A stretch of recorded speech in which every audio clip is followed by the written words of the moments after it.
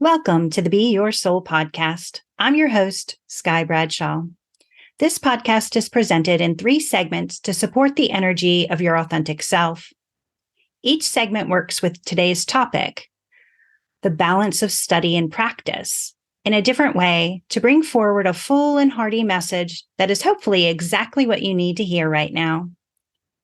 In the Skylights segment of today's show, we will have author and witch about town, Byron Ballard, as our guest.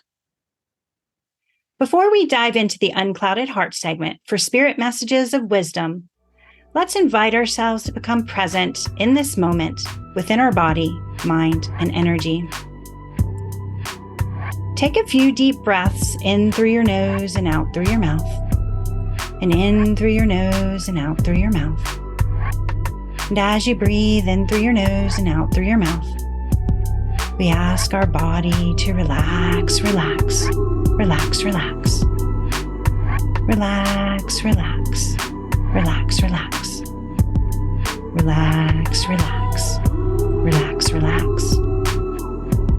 And as we move into this space of complete relaxation, we open up our energies to the ancestors, loved ones, and friends to come together today to heal and guide us and lift us to the highest version of ourselves in the light of the universe, so we may hear what we need to hear, know what we need to know, connect how we need to connect, and be what we need to be for our highest and best good and the highest and best good of all involved as we tune in to receive. The balance of study and practice. I feel the key word here is balance. We can study our craft and find the intellectual aspects of it possibly, even knowing them in and out, while also missing the concept due to lack of practice. We also can dive straight into practicing without study and find our lessons longer and more difficult because we don't know what we don't know until we know it. This is one reason why I suggest books to people when they're moving through spiritual processes. It not only takes in the information that they may need in order to grow and learn, but it also aligns their energy with the subject matter, making them more susceptible and open to experience. When I began my journey into a verbally passed on tradition with little resources, much less access to the internet at the time, I found study to be something absolutely necessary in order for me to keep one finger on the base of the foundation of my practice. I sought out a community and a guide to help me on this journey, but I also realized that my spiritual growth was 100% up to me. It was my responsibility to soak in through the study that which I needed to know to be connected and successful in my practice. Since my spiritual home was 800 miles away, it was also up to me to create a daily practice to stay in tune with the invisible world. I think it was this demand for self-reliance that really allowed me to see the value in the bridge between practice and study. Have you ever read someone describing a piece of art or the flavor of a delicious piece of cake, or a musician and how the music sounds? It is immediately evident if the writer witnessed and energetically connected with that art, food, or music through the way that they describe it. I was recently in a seminar where the instructor said at least a dozen times, "I want to show you how to do this and explain to you why you are doing it." To me, at its base, this is a beautiful representation of the balance between study and practice. We can know the intricacies of a thing and still not be able to touch the essence of it without experiencing it. Just as we can have experienced a thing 1,000 times and not know its components, history, or depth. That's why the balance between study and practice is so important. Your journey is your journey, and however you are called, you should listen. But one thing I know for sure is that we can listen to the calling and lean back into the knowledge of it to allow that message to become whole and clear. Production of the Be Your Soul podcast is made possible in part by Tarot by Sky, because it's your future. Tarot by Sky offers intuitive tarot and energy healing sessions, as well as life coaching, classes, spiritual guidance, and more. Offering sessions via Zoom, email, phone, or in the office in Greensboro, North Carolina, Sky is ready to help you turn change into growth. Book your session today on the web at tarotbysky.com and find her on Facebook and Instagram at Tarot by Sky. Coming up next, a conversation with Asheville author and witch about town, Byron Ballard. Today we welcome special guest Byron Ballard, author and witch about town. Byron has called Western North Carolina home since her birth and is a multi-generation native. She studies and practices Appalachian folk magic, a traditional folk way that she's dubbed Hill Folks Hoodoo.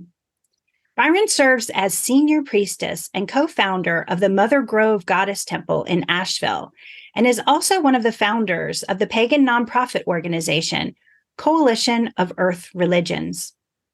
She does interfaith work locally and regionally. Byron just released her newest book in a long line of great reads, Small Magics. I am so grateful and excited to have you here as my guest. Thank you so much. Oh, thank you so much for having me. It's really nice to meet you. It's great to meet you too. And, I know we intermingle. So many of our friends are friends, and we've had some, I don't call it the 6 degrees of separation. I call it the 2 degrees. There's always that Exactly. Caught you out of the glimpse of my eye, but never actually intersected. So I'm really glad we are here. Like ships passing in the night. Right. So I was listening to your Llewellyn talk, and one of the things that you had mentioned in the beginning was the balance of study and practice, and how you find that as one of the important factors, in your belief system, how you tune in. And so what do you want to give everybody an overview of how you tune into study and practice and how they work in harmony and why you might feel they're important? Sure. I am relentlessly curious. I want to know a little bit about a whole lot of things, and I want to know a whole lot about a few things. So as part of my practice then also is study, because I want to learn more about what it is I already do. Can I make it more effective? Can I make it more efficient? And so I do a fair amount of reading and studying, but I think practice is so important. And we are looking at scores of people who are now interested in magical practice.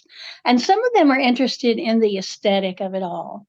They want to look a certain way and they want to self-identify as a certain way. But for me, and that's what the book Small Magics is about, the utilization of natural energy in the creation of magic is so important to having a life that you choose. So I always encourage students and anybody who attends one of my classes or talks to dig deep and think about what they really want. And then I will say practice may not make perfect, but it'll make you good. It'll make you better than you are right now. And I'm amazed at the number of people who will tell me, well, I know I got that latest book, or I'm reading a big stack of books, or that stack of books by my bed, or my Kindle is full of books. And sometimes they don't read the books, number one. Mm-hmm. But if you read the book and it tells you how to do something, but you don't practice doing it, reading the book will not automatically give you that skill set. You have to get it through practicing. What we do is an experiential craft. Mm-hmm. You can't just read about it and know it. You have to do it. Absolutely. I agree. And I feel like the way that they couple in is, we can get that understanding, this is the framework, how this might look, but until we touch it and feel it and experience it, then we don't know inside, like what it feels like to us, because usually reading is someone else's experience or their vision of it. And so when we take it into ourselves and touch it and feel it and experience it and, have that in our, in our core, then it becomes ours. There's that duality and like doing and knowing in a really beautiful way. Well, and dancers and actors refer to that as having it become muscle memory. Mm-hmm. So you do the thing, you experience it, you practice it enough that it really does become internal, and you don't have to intellectualize it and then embody it. It's already in your body and you bring it forward. Yeah, absolutely. It's beautiful. Do you have a story or an example of a time when you leaned too heavy, maybe on one side or the other of that, and then how you auto-corrected it? Well, I'll tell you this, and I say this a lot, and sometimes I get a little bit of pushback on it, is that because this is an experiential path, you are going to try something and you're going to fail at it. You're going to fail at it miserably. And then you get to decide, are you going to pick yourself up and go, what did I do wrong? And try it again? Or are you just going to give up and go, oh, I'm no good at that? So I have people all the time. I'm a big bug about grounding. I think everybody needs to know how to ground very deeply, because once you've made that soul body connection that grounding is, once you've really done that, it puts you in such a good, strong place to do just about anything else. But for me, grounding has always been really natural and really easy, which is odd because my astrology, a lot of my astrological stuff is water. I'm very watery, but I think it's because I grew up in the country and I'm a gardener and a farmer. Mm-hmm. So grounding just feels like, oh yeah, let me just dig my toes into that. That'll be fine. So I talk to people a lot about grounding and how they can ground, but about 5 years ago, so it was pre-COVID, I compared notes with a couple of other practitioners, and we were finding that we would do this deep grounding technique. And just when you started to feel like, yes, I have the energy of the planet flowing through me. I am one, my soul and my body are wrapped together. There would be this kind of shimmer. And at first it shocked us because that's not what's supposed to happen. Right. What's supposed to happen is that you are rooted with a taproot like a great oak. That's how we teach it. Well, what we understood, or what we believe we understood at that time, is that the earth itself was not energetically solid. And that there were things happening on deeper levels. And it could have been the concept of, tectonic plate movement. It could have been that, because certainly since then here in Western North Carolina, we've seen a lot of that kind of mysterious. It's so weird to think about having earthquakes here because these mountains are so old. There shouldn't be any movement at all. But of course, we also often find out that the reason we're feeling that movement is not plates moving. It's that somebody has injected a bunch of toxic waste deep into the planet. And that's what's shaking around. So that was a surprise for so many of us who had gotten kind of, I don't want to say we'd gotten cocky, but we certainly were confident about, oh, let me just ground. Boom. And then we ground. But then there was that kind of ripple that came all the way up your body. And it was like, what the heck was that? So it was interesting then to stop and to, number one, not be afraid. Yeah. But to think about, okay, I experienced that. And then I did it, 3 times. Third time is a charm, I think. So I did it, and then I pulled myself free, and I went, "Yeah, you've had a long day, or you drank too much tea, or whatever the excuses you tell yourself. I'm going to try that again." Did the grounding, and it took a little bit longer that time, but I still felt that kind of ripple, and I thought, this is. So I tried it one more time, third time, and it did it again. And then I pulled back from that and I did a trance meditation to try to figure out what my understanding was of what was going on. And then I started talking to colleagues.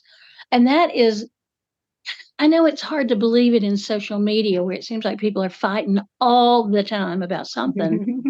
But some of the the best advice I've ever gotten has been consulting with other people who do what I do. Mm-hmm. And, sending out that text message and saying, where are you right now? Would you practice grounding and tell me what that looks like, what that feels like, and then get the feedback. I mean, I loved talking to other practitioners and really hearing about how they do things. And sometimes they're remarkably similar, and sometimes they are remarkably not similar at all. Mm-hmm. And I love that. I love hearing what other people do. And especially when you can go into it in an observant sort of way, because it's not like I'm trying to determine whether you're right or wrong or I'm right or wrong. But if we can just observe that we're all just doing what feels good to ourselves, and just as every soul is different, there's going to be a different impression of how to do things, once we, or I would say translation of how to do things, because there might be a base and then translate it differently. And I think it's really beautiful to be able to do that and see. And I think, given where we are in the culture right now, and kind of in the times that are our times, that if each of us can begin by saying, this is what I do in my practice that works for me, rather than this is how you do it, and if you do it any other way, you are wrong. Right. Because we have to make it our own. And sometimes, yes, you can read a technique in a book and you can practice that technique and it absolutely works for you. And that's good. Mm-hmm. But some of those techniques you're going to try, you're going to go, well, is there something wrong with me? Because it works for all these other people, doesn't work for me. Well, you are your own unique person. Mm-hmm. And something that works for 100 other people is not going to work for that one or two people who go, I don't even know what you're talking about when you say that. Right. So when we can compare notes, especially cross-culturally, Mm-hmm. it's really, really helpful in saying, well, I come from Pittsburgh, Pennsylvania, and in Pittsburgh, this is what we do. Mm-hmm. And of course, in Pittsburgh, there'll be a dozen witches who would do it a dozen different ways, but you begin to feel, so how is this practice different in a place where I am, where I'm sitting on some of the oldest mountains in the world? If I got up right now and looked out the window, I would see the third oldest river in the world. Wow. How does that vary from being in a place like Pittsburgh, where you have those two great rivers, the Monongahela and the Allegheny, coming together to form the Ohio? Mm-hmm. That is some super powerful water energy. And then the aquifer that's underneath that kind of shoots up at the point where those two rivers come together. So it's a different feel to the land and the place. And I think that's really why I'm an animist too, because land always feels different for me. Mm-hmm. Anytime I am traveling, I love to go to different places and just get out on the land and feel what it feels like. It delights me. Absolutely. Yeah. And the needs in different places are different too. So like, the spirit's going to show up in different ways for what's needed or how it's needed, and, how it creates that growth. So you can't say, across the board, perfection is this. It's, it's all that interpretation, that translation, and that connection. And and finding out what works. Mm-hmm. The class that this book, Small Magic, is based on, is a class I call Simple Practical Magic. And I started teaching that 7 or 8 years ago, I think, because there were people who, as I described earlier, there were people who would read 5, 6, a dozen, 15 books, and they were looking for a silver bullet. They were looking for something that was simple and easily explained, that they could just repeat some words or repeat a gesture and it would happen. And they didn't have the benefit that few of us, frankly, had of having a real living teacher. Mm-hmm. And so they didn't understand that there was all sorts of preparatory work, I guess I will call it. There's all kinds of preparatory work you need to be able to do before you engage in that perfect spell. Right. And people didn't know that anymore. And they didn't practice it much, because there was part of it was the aesthetic of, this is how I'm going to present myself. But if you are going to be a magic worker, you have to learn the ins and outs of working magic, or else it just doesn't work for you. Yeah. I agree. When someone says to me like, "You make it look so easy," I'm like, "Oh, well, I sit in meditation, sequencing and singing spiritual songs and saying prayers for 1 to 8 hours a day." Like it's not, you know, I didn't just wake up and go, "Oh, I'm going to do this thing." Like there is practice behind the work that really, you become it. It is you at that point instead of it being something you do, it's something you are. Exactly. Exactly. And so it's not a matter of did you practice magic today? It's that magic is my day. Absolutely. Living in that energetic field is my day. And it's the thing, I'd said earlier it was a really hard August, but the reason I could get through that hard August is because I would ground myself and I'd pull energy right out of the planet. Yeah. And I would go, I will pay this back to you in love and attention and all that. But right now, I need your help, mama, basically. And so that's how I could do it. People say to me all the time, gosh, you are so prolific. You do so much. You're this and you're that. And I say to them, this is what practicing magic for 50 plus years and doing it all the time, this is what it looks like. It looks like somebody who can get a lot done because I can get a lot done. Yeah. Because I'm not doing it on my own. And my magical practice is all about using the energy of the planet, the celestial energies, the kind of, I refer to them in the book as the free radical energies that are always kind of moving around that you can harvest in and use. But I also have a vibrant spiritual tradition that isn't about that. I mean, they segue and they bump up against each other, but that's the work that I do with non-corporeal energy beings. That's the work I do with ancestors and other spirits and the land spirits and the house spirits and all of that.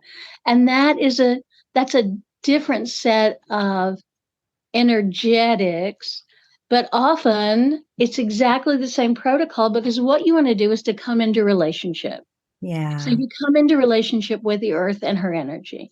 You come into relationship with the moon and where she is in her cycle. So we've had a glorious moon now for a week. Yeah. Even though she is obviously waning, just a beautiful, beautiful moon. But you come into relationship with the moon and that locks you into the energies. And it's the same with the land and the land spirits and the biosphere. It's all about, to me, it is all about coming into an acknowledged kinship with all of those things. Absolutely. I feel the same.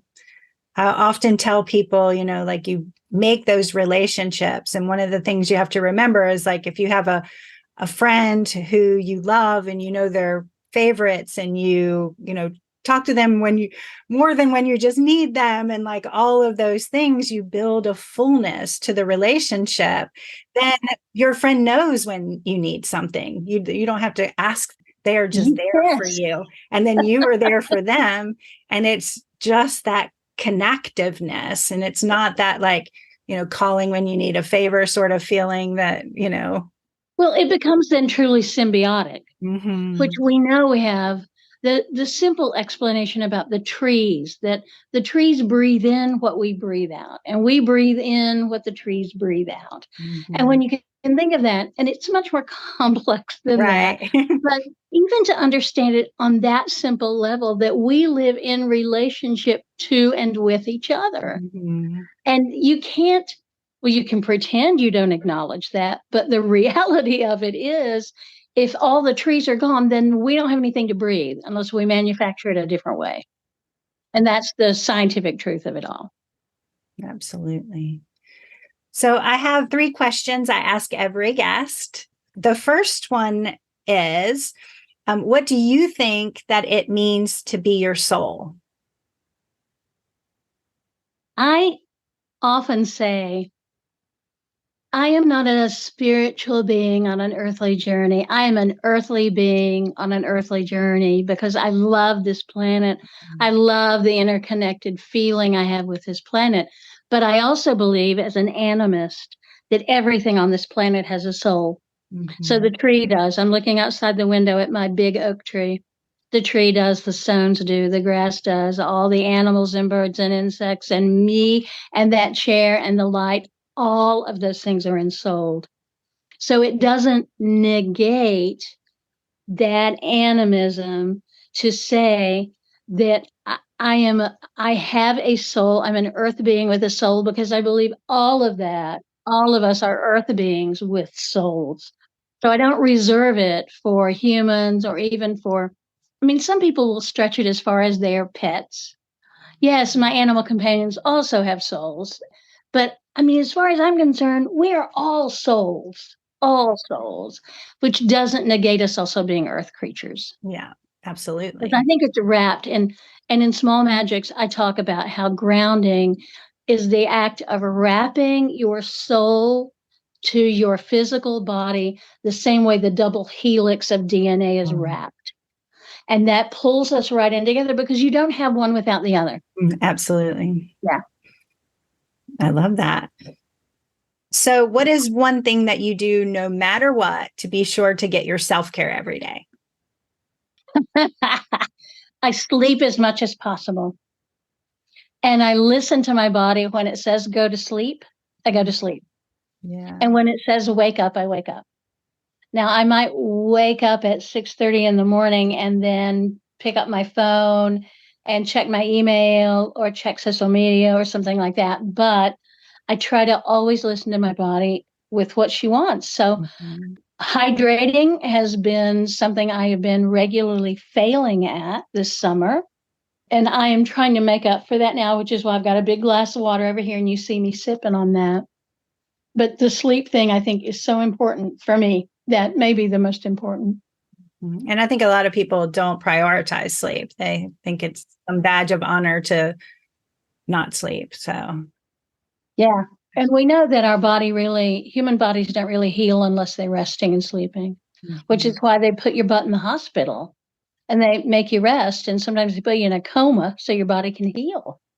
Because otherwise we are just, we're going. And your body is saying, look, I'm running all these systems, but this thing over here is not working right. And you're going to have to stop and you're going to have to pay some attention to that, or it's not going to heal. Yeah. Because it's not going to keep going. It's not going to do the healing if you just keep going and ignore it. I'm a big believer in that. Yeah. Somebody told me a long time ago that they said the saying, like, we're human beings, not human doings, and we act like human doings.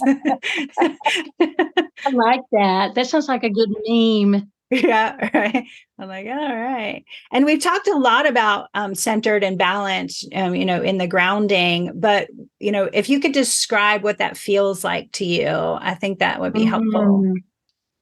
The technique I have used for probably 40 years, maybe more, is the idea that as you are breathing, you're deeply breathing, and tiny roots come out of the bottoms of your feet, and they go down through the floor and the subfloor and the basement, and they finally touch the cool bosom of the earth. And when they touch the earth, they go faster and stronger, and they grow wider and broader. And there comes a point where you are rooted in the planet, just like an oak tree. There's a strong taproot that comes through both of your feet. If you have 2 feet, if you only have 1 foot, it comes through one. If you are sitting in a chair, it may come through your bottom, that you're going to feel that taproot if your legs are not terribly functional. So that taproot happens and it kind of sets like this. That's how it feels to me. It's in. And then I feel the energy start to flow up through me. And as I breathe, and if I do it as a meditation, which is the way I teach it, with each inhale, the energy comes up a little bit farther. And with the exhale, you keep the energy in place. You don't let it slip back. You exhale and then inhale and you pull it up a little bit farther. And there comes a point where the energy flows up all the way up the backs of your legs, up your spine, up your whole torso, wraps your head and your throat, runs across your shoulders and down your hands. And at that point, the energy starts to flow out of your fingertips.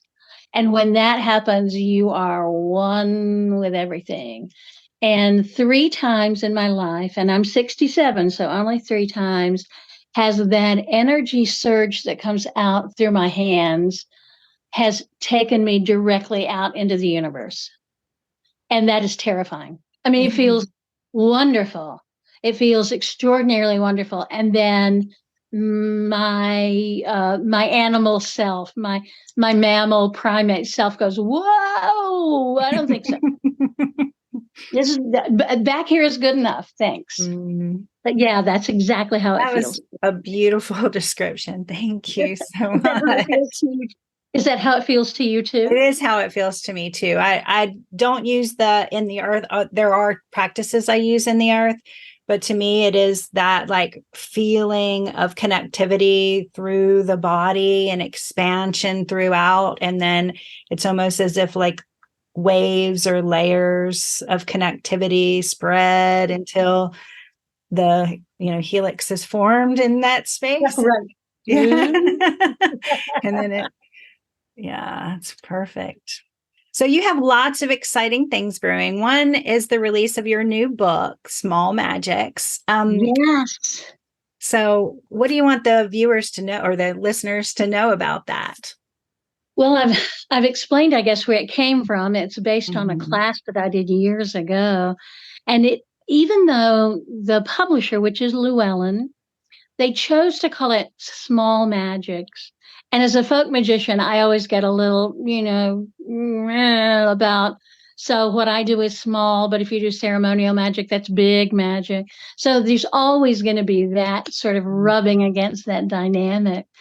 But it's not small magics, really. It is the building blocks of magical practice. So if you follow the building blocks, if you learn each of these protocols, then you will be able to practice any kind of magic you want to practice, because it's basically about grounding yourself, harvesting energy, setting intention, and then moving that energy out of your body in the direction of that intention. And it is basic practical magic. I mean, maybe they're small, but if you have to be downtown and you need a parking place, does that feel small? Yeah. I have a friend who does a lot of speaking, and once she said, if you think that a small thing can't affect the world in a great way, you've never had a hair in your bra. Or been locked in your car with a mosquito. Right. And I was like, all right, yeah. Noted. I like that. Yeah. Anything else you want to add to that balance between practice and knowledge? I want to say something that I've been teaching now for several years, and that is the concept of mundania. So I go to a lot of festivals and conferences, and always the last day, people are packing up and, oh no, I have to return to mundania. And if we consistently say that those 50 weeks out of the year, when we are living our everyday life, that's mundania, then we are cutting ourselves off from the enchantment of the world. And why would you choose to do that? Why would you rather not choose to live in a world that is extraordinary and magical all the time? And then for those 2 weeks out of the year, you go to your two favorite festivals, and then you get to dance naked around the fire, which you probably don't do at home. And you get to wear some pretty amazing clothes, which you probably don't do at home. But it's just a different locale in which you are a magical being. And if I can encourage everyone to do that, I think the world would be a better place, because people would be less fearful. They might be less angry. They might be less anxious if they felt like they were always living in the flow of this beautiful, extraordinary, magical energy. I would love to be able to impart to everyone in the world that magic is your birthright, that we are born with that. We're born connected to the planet and the spirit world, but we consistently have that stripped away from us as we get older in many situations. So, yes. So if I could say that there's no more mundania, that nothing is mundane, that all those small things, they all add up to the big thing that is your perfect life and your beautiful life. That's what I would do. No more mundane. I agree. I concur. So it is voted. So it is. We need to make T-shirts. No Yeah, more no mundane. mundane. Yes, I All agree. enchanted all the time. Thank you so much for being here. Do you want to give your website or how people can find you so they can tune into you? Sure, happily. They can find me at my website, which is myvillagewitch.com. They can also find me on 3 social media platforms, reliably Facebook, mostly Twitter, and occasionally Instagram, though I'm trying to be better about Instagram. I really like that platform, but I'm not 100% comfortable with it yet. So they can find me in all of those places. It's been delightful to talk to you. It's Thank been you so so great to much. talk. Thank you so much. I'm super, super grateful. Me too. Me too. Production of the Be Your Soul podcast is made possible in part by Lil Bird Angel Bracelets. Lil Bird Angel Bracelets offer a variety of stones and gems to enhance your energy and support your vibe. This young entrepreneur does all the creative planning, bead choosing, and placement. She also helps package and ship. If you're looking for that perfect bling for your wrist, these bracelets offer the energetic and artistic energy you need. A portion of all sales go to Lil Bird's chosen charity. Learn more at lilbirdbracelets.com. That's LILBIRDBRACELETS.com, or on Instagram, Angel Bracelets Little Bird. Coming up next, Sky shares her tips for balancing study and practice when you're learning something new. In this segment, I offer tools and guidance that I have found helpful in my practice, and maybe you will too. Today, we are discussing the balance of study and practice, and the technique I am sharing is one I used at the beginning of my journey and have since sharpened. When diving into deeper spirituality, I had to come up with a way where I felt, sensed, and connected with the invisible world, but also a way that supported bringing those things into the visible through knowledge and education. Ethically, I knew that it was my responsibility to gain as much knowledge and education as I could on the topics that I would eventually be sharing with others. I also didn't want to lose that experience and intuitive connection that was so deeply natural to me. That is when I came up with the idea of the one-to-one process. As with most things I share, I don't imagine that I created this process and that no one else knows it or has ever thought of it. I just know it came to me and worked for me, so I'll share it with you. The first thing I would do is look at the topic at hand in its fullness. Let's use the example of the energy system. I would look at which parts of the energy system encompasses the whole in alignment with what I wanted to work with. So let's say meridians, the aura, the chakras, and the soul energy. Then after seeing those parts, I would choose the one that calls to me the most to focus on. For this example, we'll use the chakras. Then I would look at how the chakras can be broken down into even smaller parts. For this example, the major 8 midline chakras.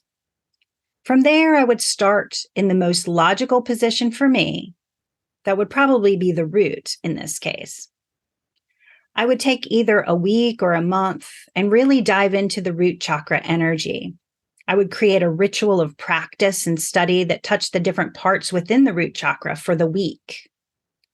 I would likely form a morning ritual based around safety, security, and grounding that I did each morning. I would also likely have a root-based chakra 5 or 10-minute meditation process where I just feel that energy in my body to experience it, connect with it, and note how it feels, possibly journaling this information afterwards. Then I would note any root chakra experiences throughout the day and how they present to me. Finishing the day off with a 15 to 30-minute study time where I review what I experienced throughout the day for half of the time and tuned into books, courses, classes, and information for the other half of the time.